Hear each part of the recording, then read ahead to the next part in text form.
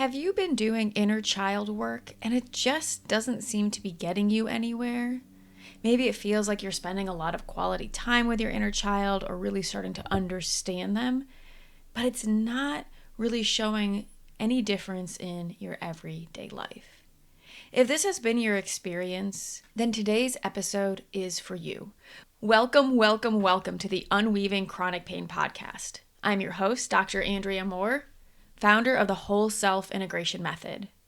And I am here to help you go from a life that has been feeling stuck and limited and shrinking due to chronic pain, chronic emotional pain, chronic anxiety, or depression, to one that feels like it is constantly growing and expanding, where you actually get to get out and live life in whatever ridiculous, crazy way that looks like for you. And if you're looking for help on your journey, then you have come to the right place. Whether you are brand new to the healing world or you have been on this healing journey for a while and feeling like it is not actually translating into getting out and living life, or you are feeling like it is just making you even more anxious or more crazy, then you are absolutely in the right place. My philosophy is that we heal so we can live. And if the inner work you're doing isn't translating into a bigger, brighter, more exciting, more joyful, more fulfilled, passionate life, then something is not adding up, and I am here to help you figure out what is going on. Together, we can identify what might be the hang-up for you. We can do that on an energy up-level call. You can see the link in the show notes for that. The call is going to be a chance for an individualized look about what is going on for you and developing a plan to move you forward from that. These calls are going to be available for a limited time only. Right now, I do happen to have some space on my schedule for them, but that might not be for so long. So if you are wanting to book one of those calls, I would recommend do it now, because start of the school year, things like that, I'm probably going to be closing down availability for that. So go ahead, get signed up, and I can't wait to talk to you then. All right, in this episode, we're really going to be doing a deep dive exploration of inner child work and why what you're doing might not be working. Here's the thing, I have designed this episode in a way that's a little bit more for people who already have a general understanding of inner child work. I am going to be explaining it, so even if you are newer to it, feel free to listen in, but it's not going to be a comprehensive overview. It's a little bit more geared towards someone who is a little more familiar with the language of like inner work or inner child work. And this, I highly recommend if you consider yourself like really well versed in inner child work, do not skip this episode. In fact, it might even be more important for you to listen, because what I discuss here today might be a really big mindset shift. And it's something that once you see what I'm pointing out here, you'll be able to adopt your own practice or adopt how you teach it or work with other people to be so much more effective. So listen in, be ready to learn something new, be open. And again, this is not a comprehensive overview. What I'm talking about does not necessarily apply to every time we work with inner children, but it is something that I have just gotten so many individual examples of recently in the past couple weeks that I just felt so compelled to talk about this, because I was like, oh my gosh, why does this keep happening? Whether it is just somebody relaying, hey, I was just working with this practitioner and here's what we did with my inner child, or it is like an Instagram reel that is spouting really, in my opinion, harmful information about working with your inner child. I just really wanted to address this. So let me first tell you about the lens that I look at inner child work from, because I think it's helpful to understand kind of what my bias is, because when it comes to healing work, there's many ways to look at it. There's many different lenses. Most importantly, you have to do it from a way that works for you. And I'll even encourage that a step further, because what I find is a lot of people are like, well, this is the way that works for me, and they're kind of stuck and rigid in that. And if you're like, no, I have my way, then the question is it giving you the outcomes that you are expecting? Do you know what outcomes you are looking for from the inner work you are doing? If not, it might be worth taking some time to just be like, what am I looking for? Like, why am I spending my time doing this in the first place? There isn't one answer to that.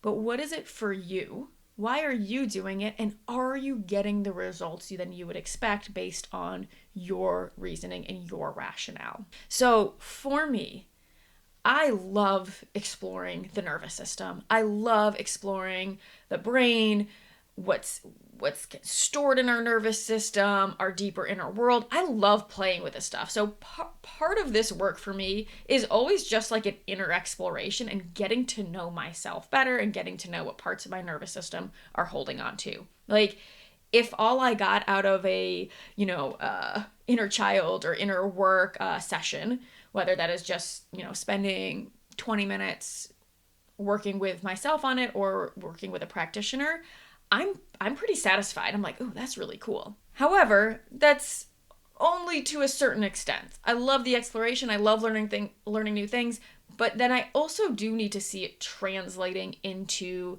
actual shifts in my life, right? While I do not expect every session at all, and I go into every session being very neutral and outcome independent to things, over time I do want to see that, like, oh hey, because I've done this exploration around this area, this thing in my life has shifted and has gotten easier. And usually, again, there's bringing that intention to it of like, okay, maybe I'm really stuck on organization of my home or scheduling, or there's pain or there's anxiety around something. It's like I am specifically doing inner work to see what might be going on in the nervous system and then to bring more ease into that, because I've already decided that that is something that I want to work on. Right? So it's like, I got to see a result here. So I'm just saying this to be like, I do see a lot of people who are maybe doing a lot of inner child sessions, or they have been working with a practitioner that really emphasizes that. And when I, start asking like, what results have you seen? Like, what was the purpose? They're really not sure. They're kind of like, oh, I was just like told that I needed to do that, but like, yeah, I don't know what it's translating to. So I think it really helps to have the intention behind it. Intention behind anything we do is really important. So I just wanted to start from there. And so then my bias really is for inner child work.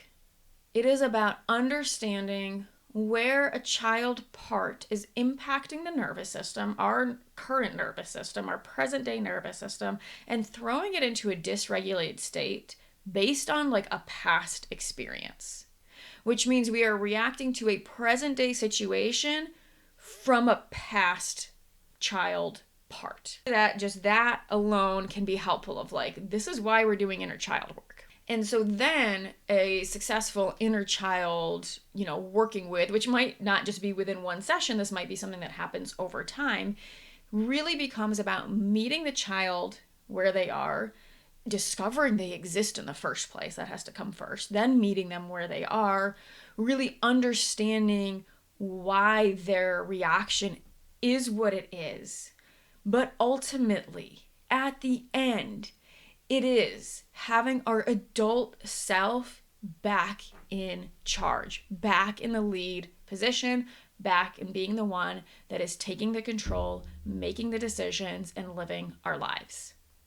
Which means the child part gets to be set free to go play, to sleep, to have their needs met, which might be just getting a hug for the rest of eternity or whatever it might be, right? Like that all gets to happen in your mind's eye, but it's basically letting them off the hook from having to keep monitoring for threats and having to get back in the driver's seat in certain situations, right? Oftentimes when we are triggered, it is because a child part has taken the driver's seat, and they should not be in charge of that. And so that's why we do inner child work, to understand, why did you feel the need to get in the driver's seat in the first place? And how can I help you get out of the driver's seat so adult self can be sitting in the driver's seat and you get to go play and be a child? Now, how you go about that can be different. I think there are so many ways to approach the nervous system, to approach inner child work.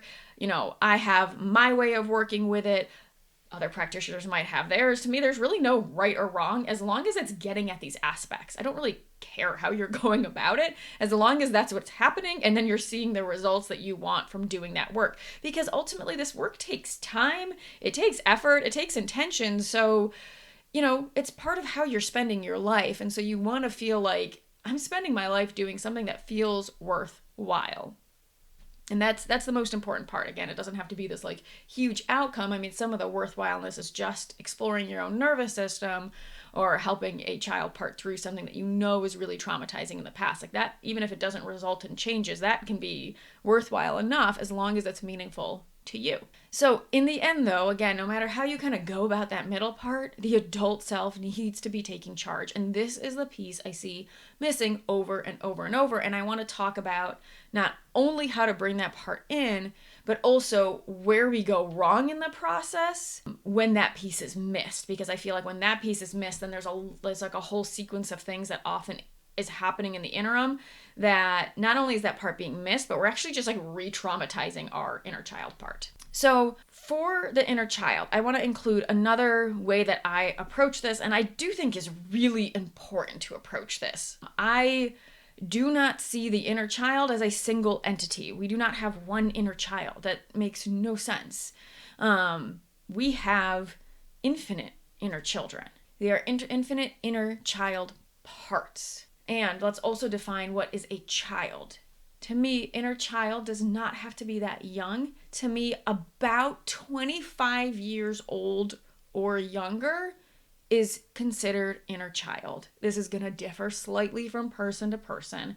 And the reason I say 25 years old is because that is the time and that is the age where our prefrontal cortex has fully developed for most people. This can occur even later when you are neurodivergent, and also men tend to have it be later. So I would say if I'm working with a man, I am really looking at 30 years old and younger as inner child. I think, again, this is also really, really important because we need to be able to see, are we looking through a child lens or are we looking through an adult lens? Are we looking through a fully developed prefrontal cortex that is equipped to handle whatever situation occurred, or is it a not fully developed prefrontal cortex? To me, that is the marker. And it's so important to see that there's not just one single inner child, because the needs at different times of your life is going to differ. So to me, it's like anytime I'm doing inner child work, it's almost like I'm starting from a fresh slate and I'm meeting a new part, unless it's like I'm purposely coming back to a part that I've already gotten to know. I see it as like, oh, hello, this new part that I'm getting to know and learning about for the first time.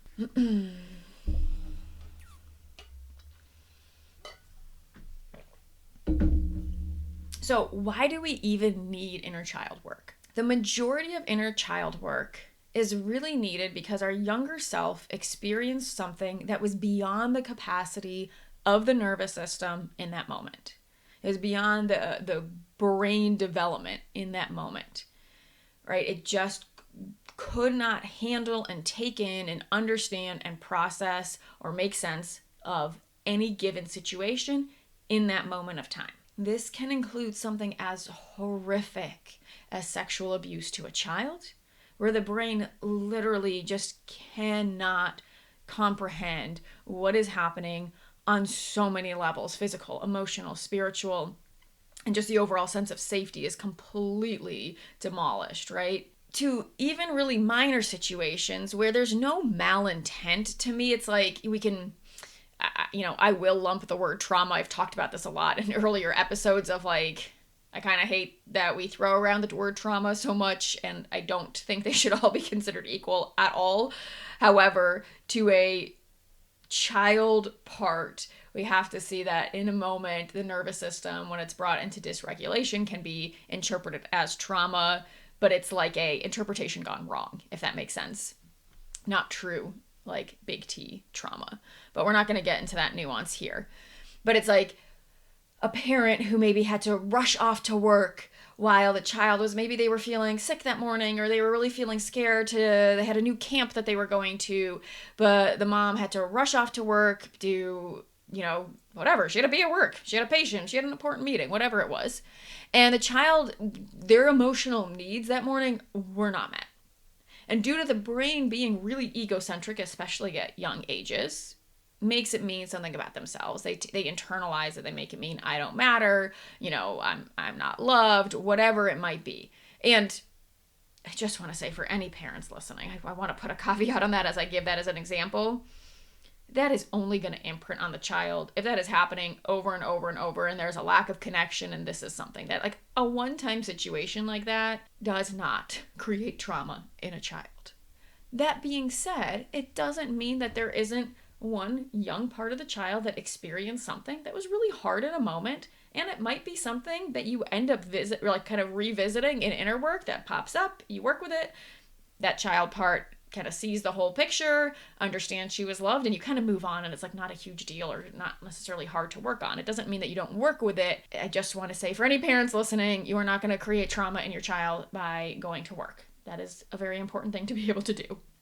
And this actually gets into a lot of what we're going to be talking about, is so often at the expense of, or with the intent of trying not to like traumatize our inner child, we actually end up creating more trauma. And we do the exact same thing with our kids. You could probably take what I'm going to say in a lot of this episode and just replace like your actual child with this, and you will start to see where you do this to your own child. And I say that with being someone who is guilty of it as well. I catch myself in a lot of these things with my own child or with my own inner children, because we are trying so hard to make sure we are not creating any discomfort or any harm or any trauma, and it's just not possible. And that desire to try not to create trauma often ends up backfiring so much and creating more trauma. But that is a side note. Anyways, so really I want to note a few common scenarios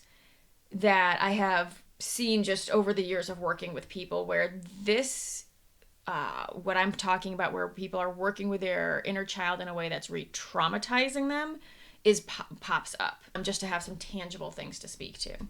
Often what I see or hear about in clients is where they are having to care for younger siblings to a much higher degree than they are emotionally capable of.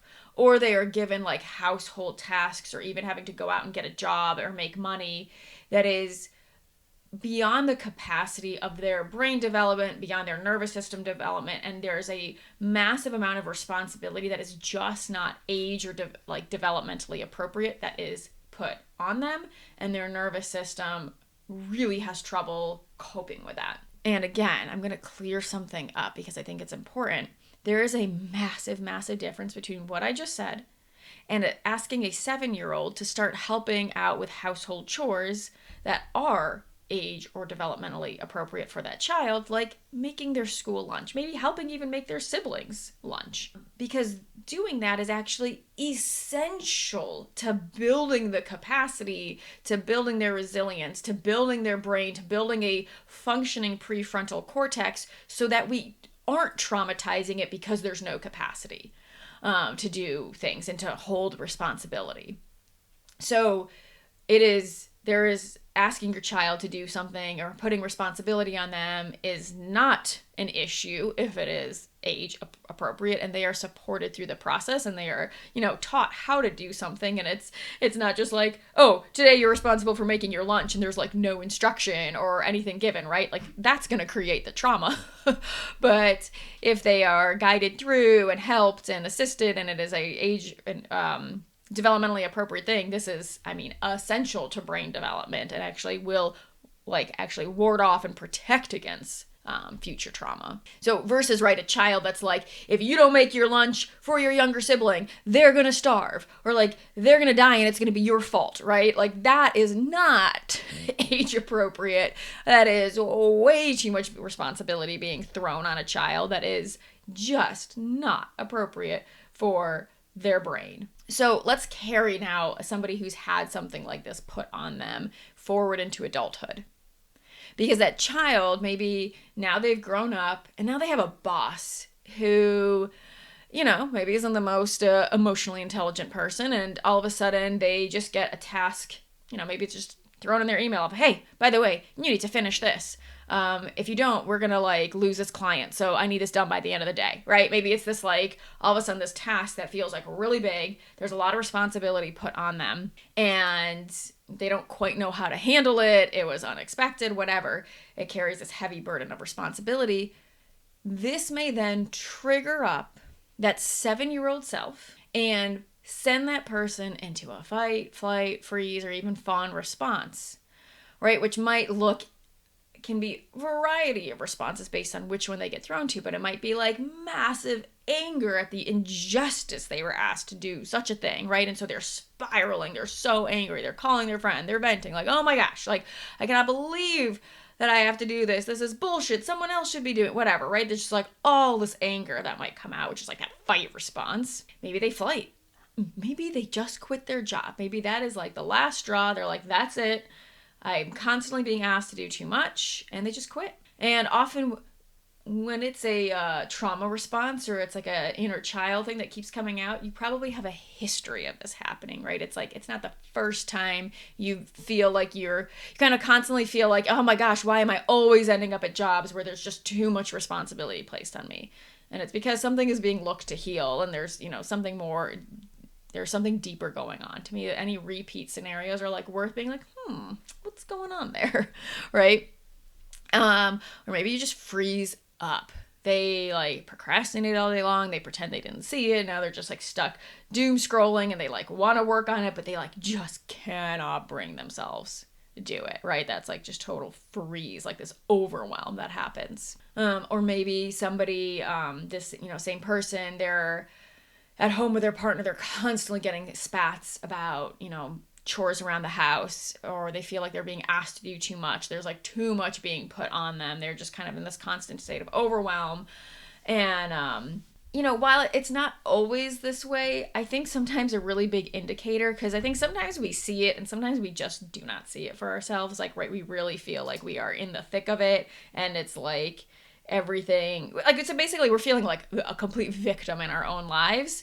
And when you're deep in that, it's hard to see that it's maybe there's something deeper going on and you're not, there's actually a way out. So a sign of this, and which can be a really, really hard one to come to grips with if you are deep in it, is that when you find yourself telling people about it or venting about it, like, oh my God, can you believe what my boss asked me to do? Or can you believe that my partner didn't take out the trash? Or, whatever it is, that people are like, you don't ever feel like you're getting validated. People are like, oh, okay, yeah, okay, yeah, okay, that sucks. I'm not sure that that's that big of a deal. Why can't you just do that thing? You know what I mean? Or like, it's like they don't, their response does not match your emotional response.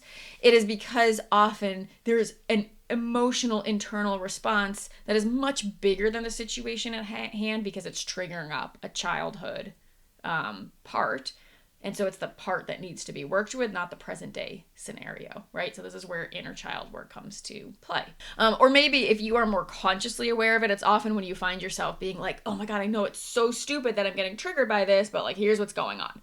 Or like, I shouldn't be mad at this, but like, I'm so mad. Like, maybe you're like, okay, I know this is literally just a trash can. And I had this the other week where it's like, my husband's like, great. He's the one who takes out the trash. And he pretty much just does it every week. Like, I don't have to remind him. And there was like one trash can in our house that like he just, I think, does not realize exists. And it just kept getting fuller and fuller. And I just got so mad at it. And I was just like, okay, why am I really so mad at this? Like, I knew it was not right-sized for the situation at hand. And all I really had to do was being like, hey, like, don't forget about that trash can. And he'd be like, oh, I'm just not even aware it exists, right? And it's just one of those situations where I caught it and I could tell where I'm like, I wanted to get so mad, I wanted to vent at it, but I knew it was like so not about that. There was something deeper, right? So I did some inner work exploration, for example. So let's get into inner child work gone wrong with these certain scenarios. Again, we could give a million scenarios of where inner child pops up, but those are some really common ones I see in just like day-to-day stuff. So one really common response I see, and I've had people very recently literally come and tell me that this is what other people told them to do, or whatever practitioner they're working on recommended, and it's not working, which is obviously then why they're coming to me, is that they were basically told for like an equivalent scenario. Let's say it was recognized, like they worked, in a session and like recognized, hey, my child self had way too much responsibility. So whenever I'm feeling responsibility, I get really overwhelmed, I get triggered, and then that's responsible for all these fights and bickering around the house. The recommendation is like, well, your inner child can't handle it. And so you shouldn't have to do those things. Make your partner do it. The partner needs to pick up the slack, and they need to be the one that is always making sure that the trash is taken out, for instance. Which, don't get me wrong, sounds really nice when that's causing chaos in your life. But here's the thing. Not only is that like really unfair to put on your partner, I can't tell you how many times I see advice that is like forgetting that there is another nervous system that needs to be taken into account.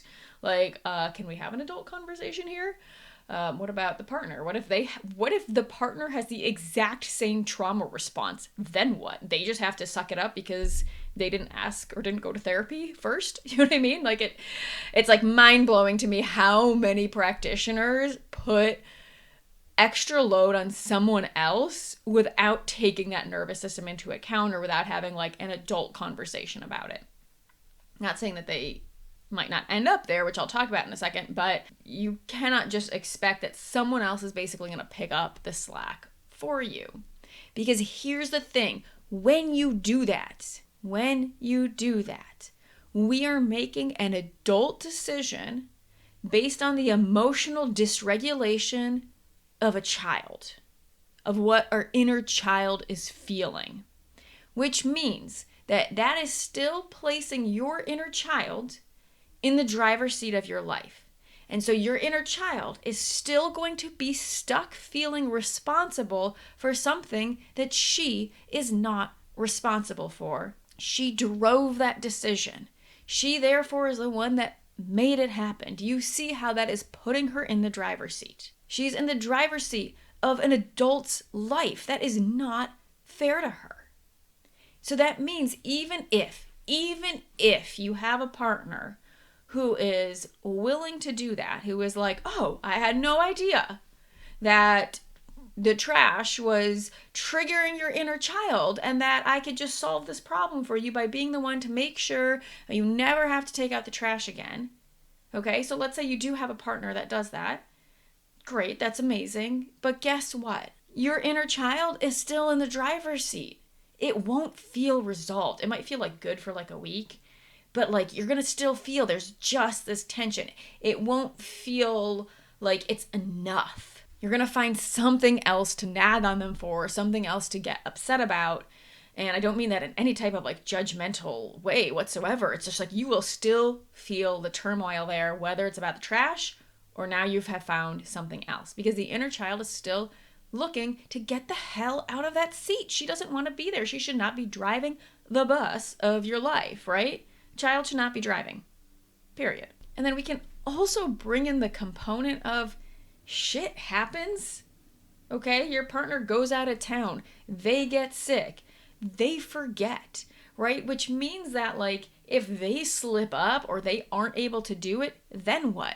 Then you're just going to get re-triggered up all over again, and it's going to be, right? It's like you're now at the mercy of somebody else versus being able to be like, how could I just see like a trash can that's overflowing, because sometimes that happens, and not feel hijacked by it, right? Like ultimately that's the goal. Like not that you need to live with an overflowing trash can, but that like when and if it happens, because it will, that like you're like, oh, okay, look, all it is an overflowing trash can and I have hands and I can just go like deal with it. Or just like remind my partner, hey, heads up, honey, like the trash is full. Can you take it out? And it's just like, there's no emotional drama around it, right? Basically, what so often is happening is that our inner children through inner child work are only just retaught that there's no adult here taking responsibility for her.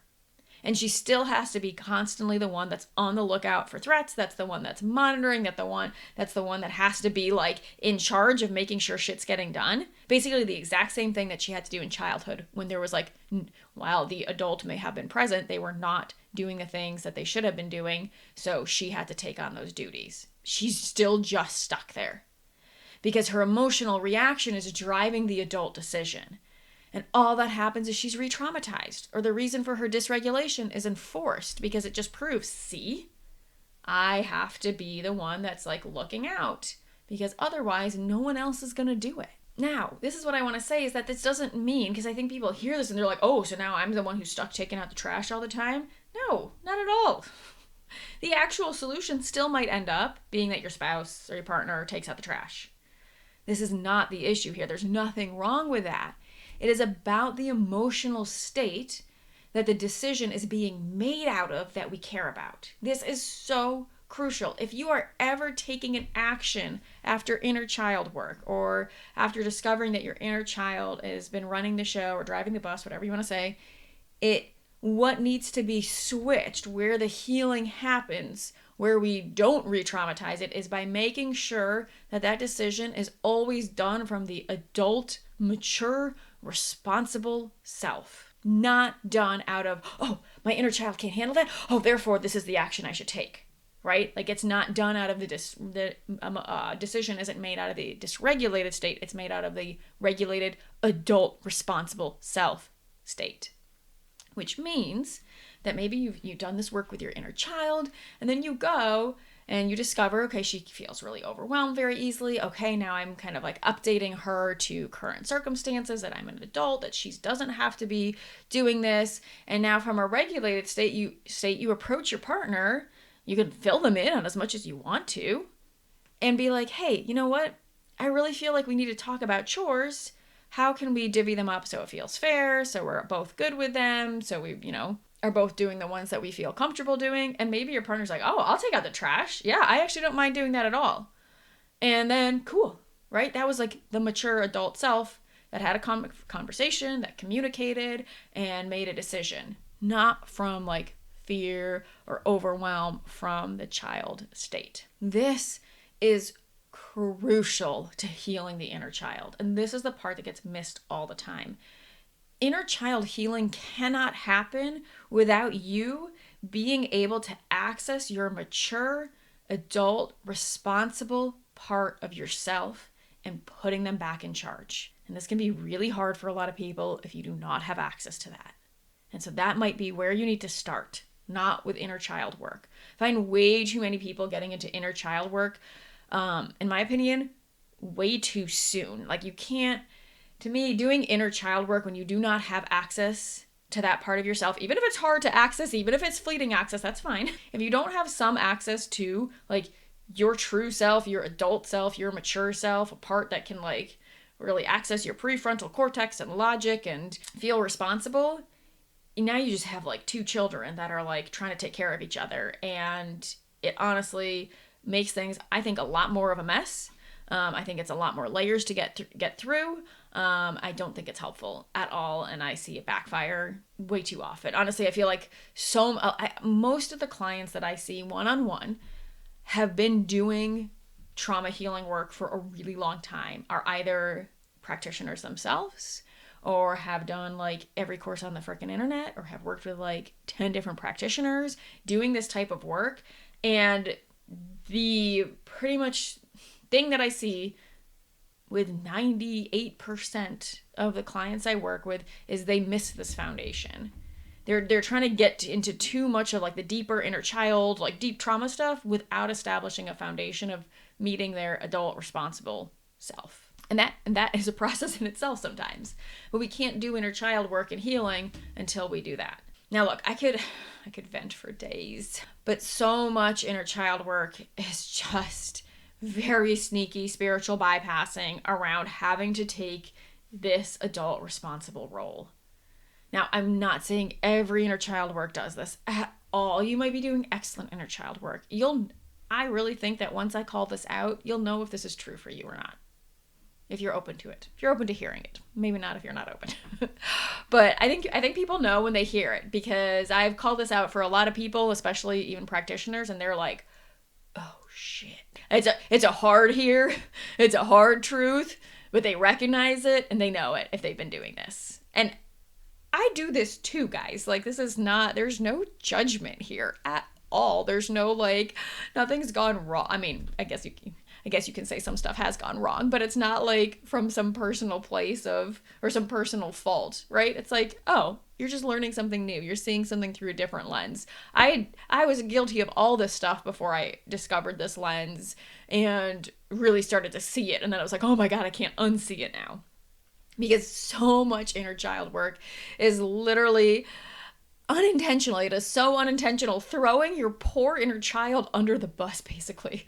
Like, it makes her the excuse and the reason you can't do something. I can't tell you how often it's like, oh well, and it's not necessarily said in this direct of a way. I can't really think of a good phrase right now that I hear, but it's basically being like, well, I can't do this thing that my adult self or my true self desires because of my inner child and what she experienced. And like, you know how that shitty that feels for your inner child?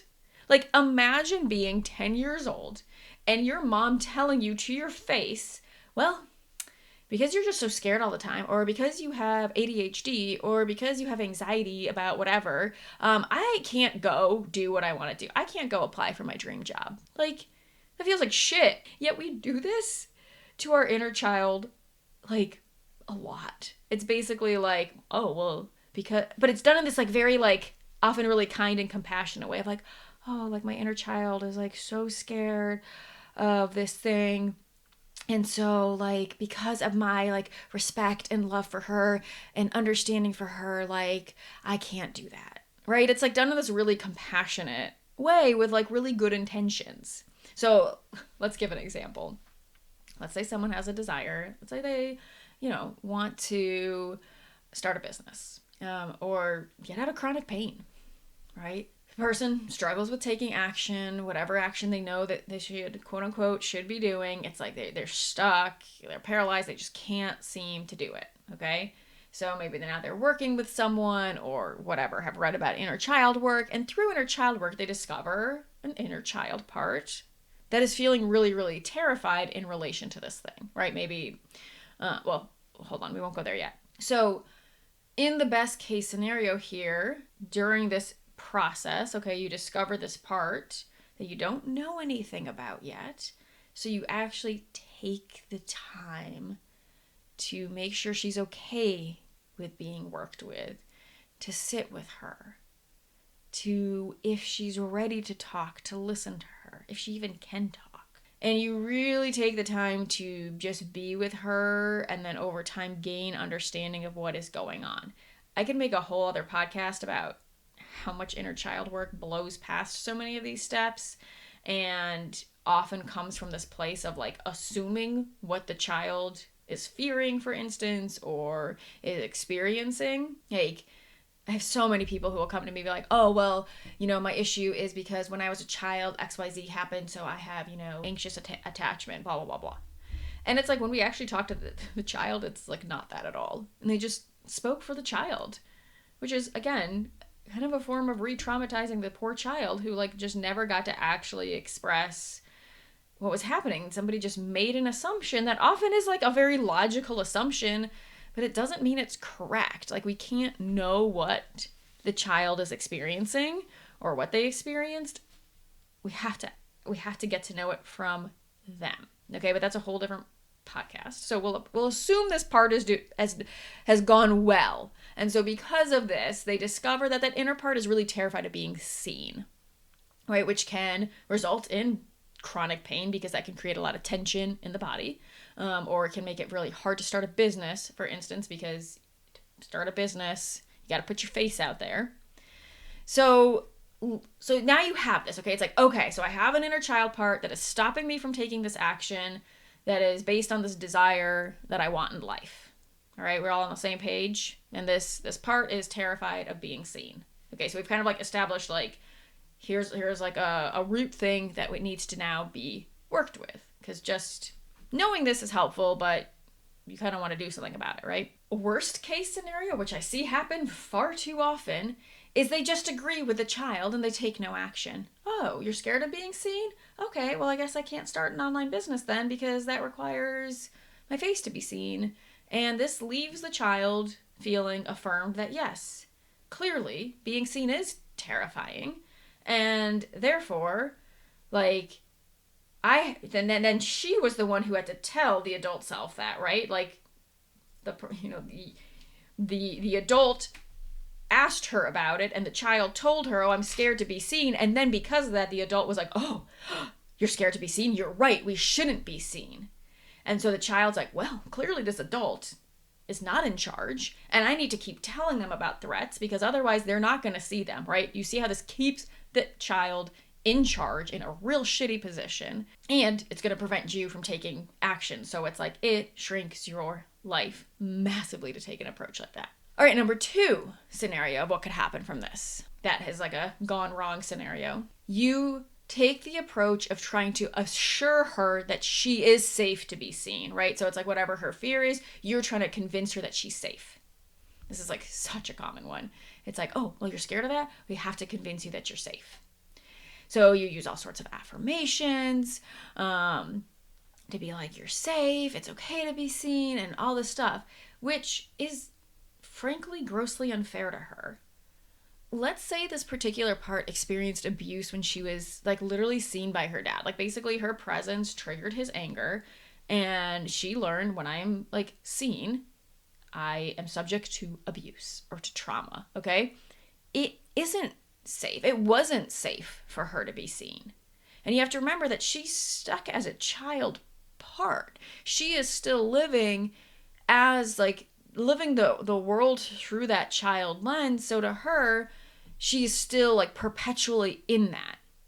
So to try to convince her that it's safe is gonna make her really distrust you. And also be like, you clearly cannot see threats because there is an active threat and you're not seeing it, and you're trying to tell me I am safe when I am not safe. All right, it is really unfair to convince her it is safe to be seen in this scenario.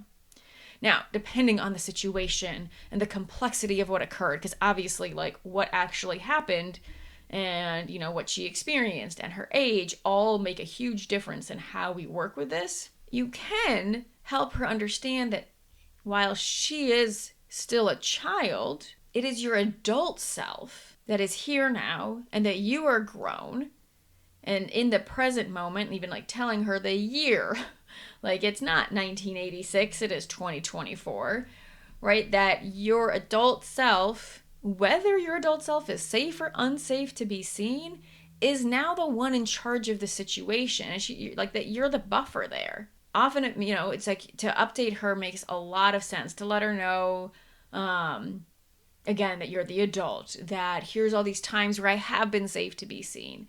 Maybe dad isn't even alive anymore, or you don't ever see him, like you are no contact with him. So you can like update her on all of that. All that's really great and helpful. But let's say you are still in contact. It's letting her know that she never has to make contact with him again. Not that it's like, oh, well, now you're safe to because now we've like solved our relationship. I mean, you can say all that too. Like that's all fine. But she basically needs to know that it's you, the responsible, caring adult self, that's going to be the one that's being seen, not her. That you're going to be keeping her safe, and that she is safe to do what she wants, and that she never has to be seen if she doesn't want to be. But you, the adult, may choose to be seen. But basically, she doesn't need to have a role in that. She doesn't need to know about any of that. I mean, you can kind of just briefly let her know that, but like, she gets to let go of that. Like, think about when you're a kid, you weren't aware of what your parents went off and did during the day. Like, we had no freaking clue what our parents were doing, and that's how it should be. As kids, like, we don't need to have this, like, intricate understanding of what's going on in our adult lives. And that's how it should be with her. Like, she just doesn't have to worry about whether it's safe to be seen or not, because she can choose to never be seen again, but you get to choose to be seen because you're the adult. It's basically none of her damn business, in a very loving way. Obviously, don't say that, but right? But it's like, it's not just like like, let's say a child who wants to know about like the family's financial situation and hey, what's the budget? And it's like, there's a certain point where it's like, it's not age appropriate. Like, it is none of your business what's going on, in like a really loving way, because that's not your concern. That's not what you should be concerned about or having your nose in as a child, right? Like, that's not, it's an inappropriate responsibility that would be placed on them for them to have to be worrying about them. You want to free her from worrying about what you are up to. She just needs to know she's safe to do what she wants to do. All right. So again, trying to assure an inner child that they are safe to do X, Y, Z is often really unfair and is just going to keep them like traumatized and feeling scared or feeling that thing. The last one that I really want to cover of where inner child work often goes wrong is where we ask our inner child way too many questions, expect them to have answers for us, or ask her their opinion on something that is a present day situation, or questions that are just not age appropriate. Y'all, this is the one where it's like, notice where you do this with your own kid. So much. We ask so much of our inner child and our real children sometimes. Again, I was really guilty. This is the one that I was by far the most guilty of when I started this work, and I really have to like watch with my own kid. Because here's the thing. When we don't have access to our adult responsible self, what we try to do is outsource. It is so unfair to outsource what our adult self should be doing and in charge of to our inner child. Usually that is just placing the exact same trauma on them, or just placing another trauma on them, depending on what they experience. Like, it's just not fair for your child to be asking basically opinions on what you should be doing in your adult present life from your inner child. They should not be deciding what you as an adult are doing. Neither should your actual child.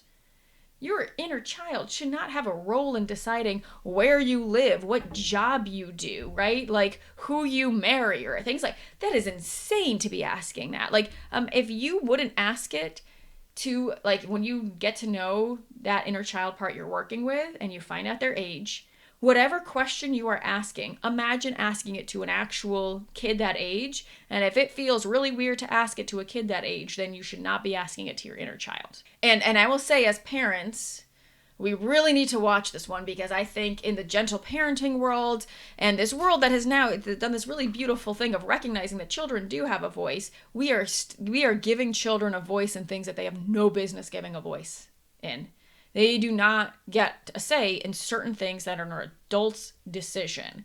So it might be something that you really do need to recalibrate here, because it might feel like, well, of course, like if you're like, wait, why wouldn't I ask my, child where we are living, or like what school they should go to, or things like that? It's like, you might need to do some recalibration here, or of like maybe what they want for dinner that night, things like that, right? Like if you're constantly asking them these kinds of questions, and like letting them answer and letting their answers dictate like what you as a family unit are doing, yeah, there's some recalibration that's needed. I needed to recalibrate this a whole lot. So it's like, I feel you. I think it's what we're taught, but all it is, when you really understand what it really is, it is outsourcing the adult decision. It's because you don't know the answer to the question, and you don't want to have to do the hard decision of finding the answer, right? And again, I'm calling myself out as much as I'm calling you out, and it's not from any type of judgmental way at all. It's really fucking hard to make adult decisions. So if we can just get our child to answer it, all of a sudden we don't have to do it.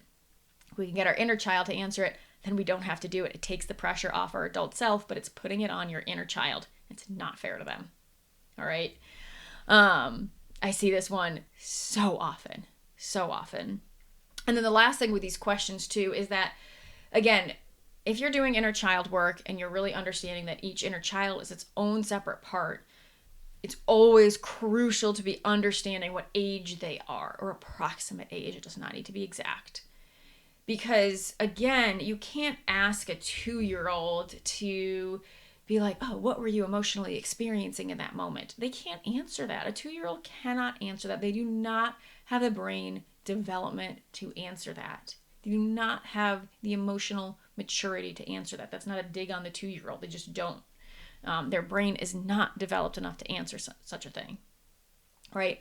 A lot of things that happen, I would say, like, 3, 4, 5 years old and younger. Again, it really depends on the child here and things like that.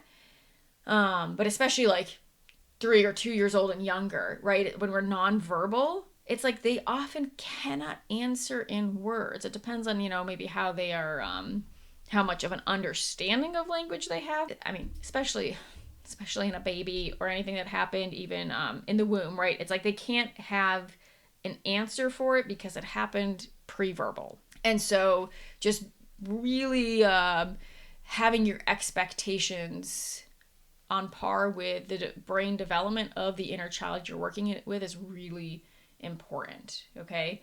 And again, I think as a whole, we've really moved into this place of we've gone away, which again is a really good thing, from like, oh, children have no idea what they're talking about and can't express themselves, to a place where we're kind of trusting them too much. Like, we're putting too much on them and not really quite realizing how much they're still just figuring things out, and their brains just really aren't developed enough to be answering a lot of these emotional questions or understanding how to regulate themselves in certain ways. Again, it's not that there isn't room to teach them and to talk them through it all, but it's like, when we're working with our inner child, especially one that wasn't taught that, you can't expect them to know that or to answer complex questions. It's just not fair to them. So there's got to be some, to me, this is where the somatic work and emotional work and really sensing into the feeling state is so amazing and helpful, and where our capacity to feel really big, uncomfortable emotions is crucial, because often that's what will show up, is it's a big, uncomfortable emotion that the child experienced that we are then tapped into, and there might not be words for it, but when we can fully feel it then for the child, who like wasn't even capable of feeling it in its bigness, that's what helps to feel it. But so many of us shut down that feeling because it's uncomfortable.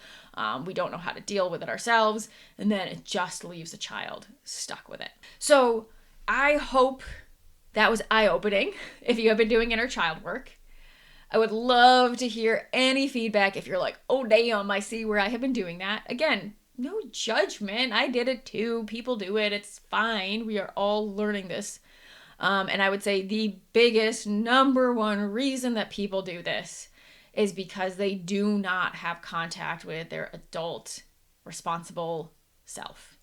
They don't know how to have contact with that self. That part is so scary that it's just like, it feels way better to outsource it. And I can say, once I saw this, and in myself too, again, okay, I teach this because this is exactly what I struggle. I'm still making contact with my adult self and constantly bringing her back on board and having her feel more and more capable. Like, it's scary stuff.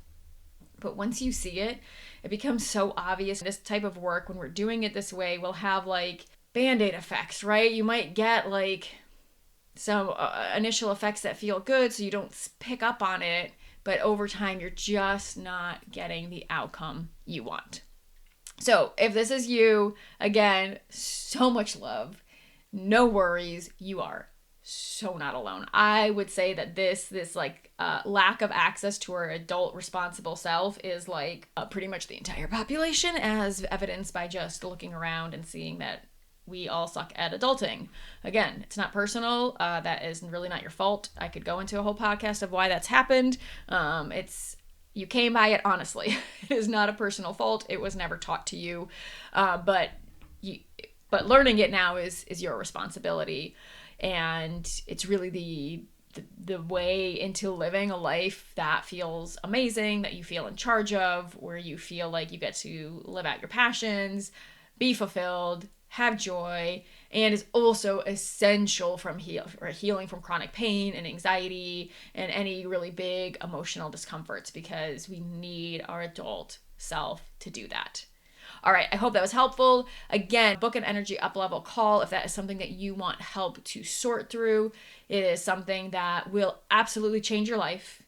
And it is something that once you learn how to do it, it will completely shift the trajectory of your life, and you can take it into your entire life, right? When you have an adult responsible self who can make decisions, it changes your whole life for the better.